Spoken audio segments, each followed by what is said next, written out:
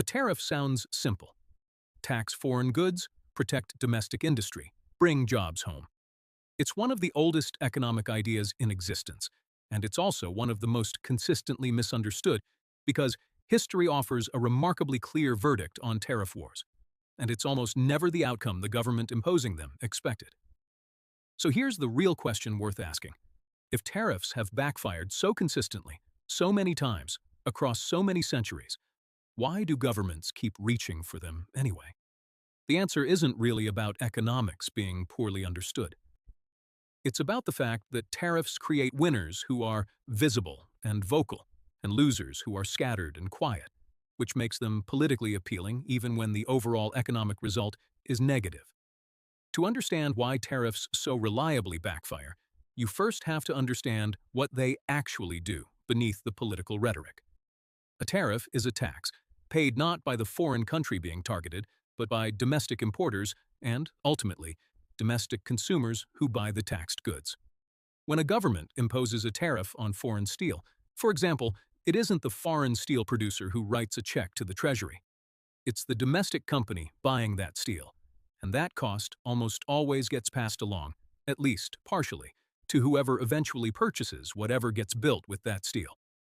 This basic mechanic gets lost constantly in political discussions, because tax on foreign goods sounds like something happening to another country, when, in practice, it's largely a tax happening to your own citizens. The United States provides one of history's clearest and most instructive examples of this exact trap, and it happened remarkably early in the nation's development. The Tariff of 1828, nicknamed the Tariff of Abominations by the southern states it devastated, was designed to protect northern manufacturing industries from cheaper British imports. It succeeded in that narrow goal. Northern factories faced less competition. But the South, which had little domestic manufacturing and relied heavily on imported goods while exporting raw cotton to Britain, was hit with a brutal double blow. Southern consumers paid dramatically higher prices for manufactured goods, while Britain, facing reduced American purchases of its manufactured products, had less incentive to buy Southern cotton in return. Since international trade has always functioned as a two-way relationship rather than a one-directional flow. The tariff didn't just fail to help the South, it actively damaged the Southern economy while protecting Northern industry, creating regional resentment so severe that South Carolina came remarkably close to seceding from the Union over the issue. Nearly 3 decades before the Civil War eventually erupted over different, though related, tensions. This pattern of unequal, unpredictable consequences repeats throughout tariff history with striking consistency. The most catastrophic modern example arrived just as the United States tumbled into the Great Depression.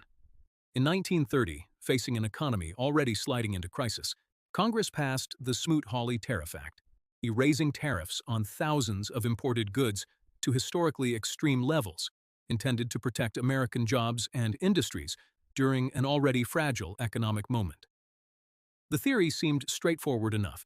If foreign goods became more expensive, Americans would buy American products instead, supporting domestic employment during a crisis.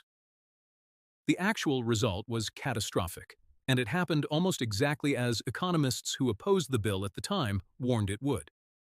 More than 1,000 economists signed a public letter urging President Hoover to veto the legislation, predicting it would provoke retaliation from trading partners and deepen the economic crisis rather than solve it. Hoover signed it anyway. Within months, countries around the world, including Canada, France, and Britain, retaliated with their own tariffs targeting American exports. Global trade collapsed. American exports fell by roughly 60% between 1929 and 1932, devastating American farmers and manufacturers who depended on foreign markets, precisely the groups the tariff had claimed to protect. Rather than shielding the American economy from the emerging depression, Smoot-Hawley is widely considered by economic historians to have significantly worsened it, turning what might have remained a serious but contained downturn into a genuinely global economic catastrophe. What makes Smoot-Hawley such a critical case study is how clearly it demonstrates the core mechanism behind why tariff wars almost always backfire: retaliation. Tariffs rarely exist in isolation. When one country raises barriers against another's goods, the targeted country faces enormous domestic political pressure to respond in kind, protecting its own industries from what looks like unfair economic aggression. This creates an escalating cycle where each retaliatory measure justifies the next, and the original economic logic behind the very first tariff, protecting some specific domestic industry, gets buried under layers of retaliatory measures that end up damaging industries having nothing to do with the original dispute. This retaliation dynamic played out again, in a more contained but still economically damaging way, when the United States imposed steel and aluminum tariffs in 2018, citing national security concerns. The tariffs did provide temporary relief to domestic steel and aluminum producers, who faced less foreign competition and saw prices for their products rise. But American industries that relied on steel and aluminum as raw materials, including automobile manufacturers, appliance makers, and construction companies, faced significantly higher input costs, which either reduced their profit margins or got passed along to consumers through higher prices. Meanwhile, targeted countries, including Canada, the European Union, and China, imposed retaliatory tariffs on American agricultural exports, particularly hitting American soybean and pork farmers, who lost access to major foreign markets almost overnight. Studies conducted after these tariffs took effect generally found that American consumers and downstream industries bore the majority of the tariff's actual cost, while the protected industries captured a comparatively smaller benefit. This raises an uncomfortable pattern visible across nearly every major tariff dispute in history. The industries protected by tariffs tend to be concentrated, visible, and politically organized, giving them significant lobbying power and media attention. The industries damaged by resulting retaliation or higher input costs tend to be diffuse, spread across millions of ordinary consumers, each absorbing a small additional cost, or scattered across export-dependent industries in entirely different regions of the country. A steel tariff creates a small number of very visible, very grateful steel executives and steel workers. It creates a much larger number of quietly frustrated consumers paying slightly more for cars, and farmers losing access to markets they'd spent years building, none of whom show up as prominently in news coverage celebrating the tariff's supposed success. This asymmetry explains something crucial about why tariffs remain politically popular despite their consistently poor economic track record. The benefits are concentrated and immediately visible, making for excellent political theater, ribbon cuttings at protected factories, grateful workers thanking the government for saving their jobs. The costs are diffuse and gradual.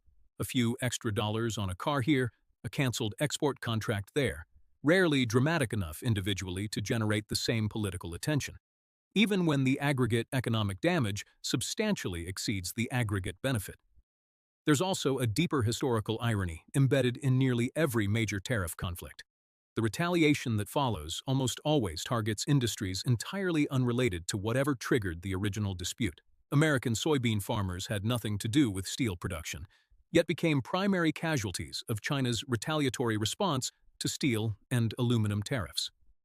Southern cotton farmers had nothing to do with northern manufacturing decisions, yet bore devastating economic consequences from the Tariff of Abominations. This pattern reveals something important about how trade retaliation actually functions in practice. Targeted countries typically don't retaliate against the exact industry that triggered the dispute, since doing so would often hurt their own consumers just as much as the original tariff hurt the imposing country's consumers. Instead, they target politically sensitive industries in the offending country, industries chosen specifically because damaging them creates maximum domestic political pressure on the government that started the conflict, regardless of whether those industries had any connection to the original dispute whatsoever. This is precisely why tariff wars tend to expand rather than remain contained.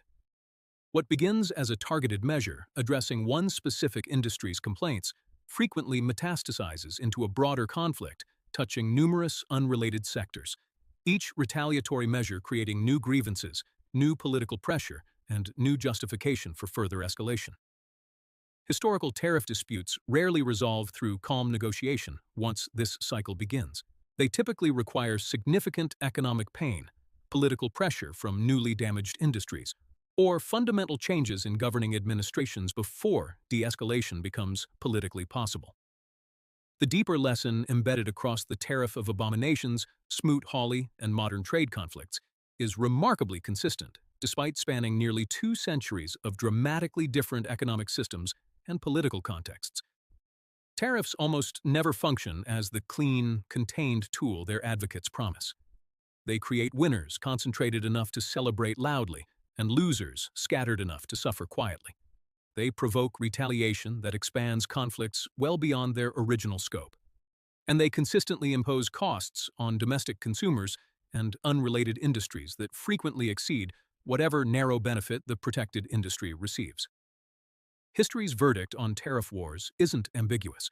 It's simply inconvenient for the politics that keep producing them anyway.